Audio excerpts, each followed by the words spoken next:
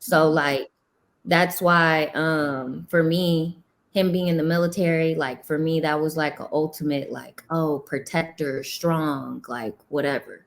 So I looked for more of what I lacked and not so much of like, if that makes sense. Because I had a good job and all that stuff. So I was like, oh, and then, I was used to having a bailout in my parents. And that's why my dad was like, think about what you're doing. Like, think about what you're doing right now, because I'm not going to come pay for your AAA anymore. I'm not going to come pick you up off the side of the road. That's your husband's responsibility now. Think about what you're doing, blah, blah, blah. Because I guess, I don't know if he knew about, but he was just like, this is a child. This is a kid. This is somebody who cannot provide quite yet. He's 18. If you have a baby with this person, and to be quite honest with you, I did end up pregnant. I had my first child within that marriage. And I think that the only reason why my parents probably bailed me out is because of my son, because of their love for him, because they don't want to see their grandchild fall at the hands of my poor decision making. Hold on, wait. You said you had your first child during that marriage? Yeah. How many kids you got? I have 3. Oh, so who's the other kids' fathers? My ex-husband. I've been married 2 times. So all of your kids is by the same guy? No, I got married from 18 to 20, and then I got married from 21 to 25. Oh, so you got married twice?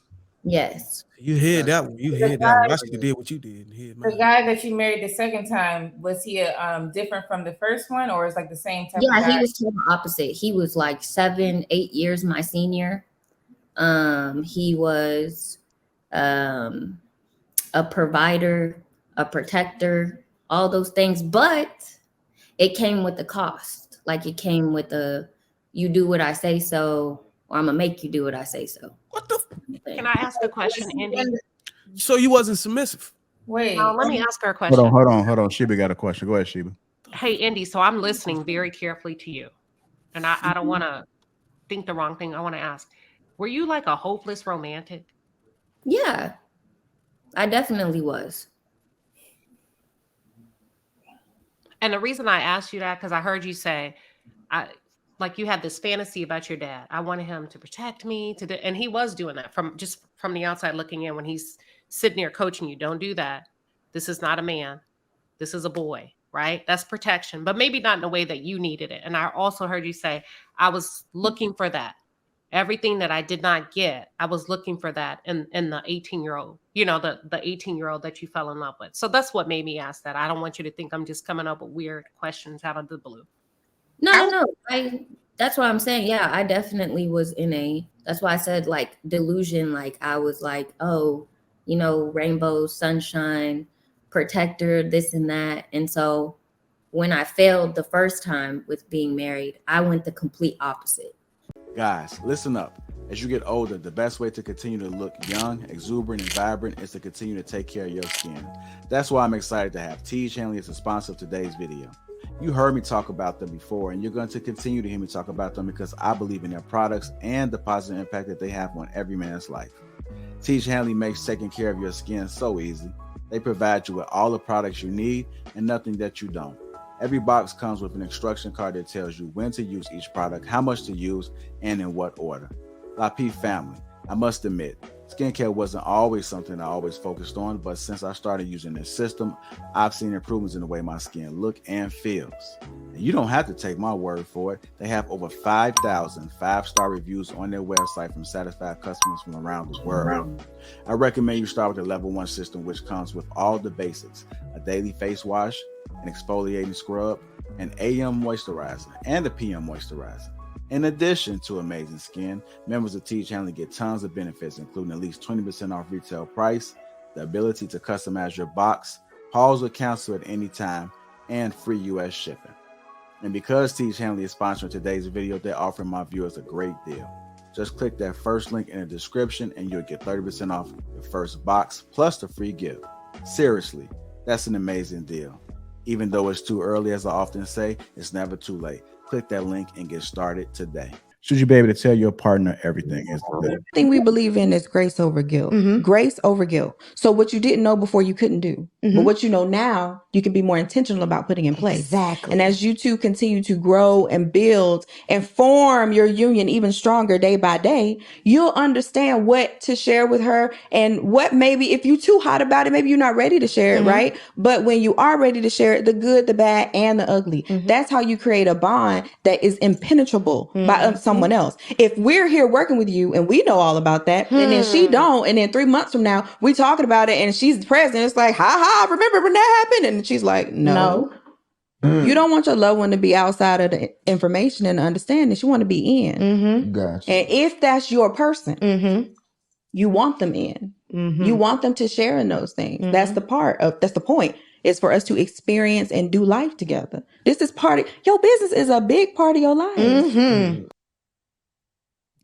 What do you guys think? I'm gonna go to Ali first. You should be able to tell your partner everything. What are your thoughts, Ali?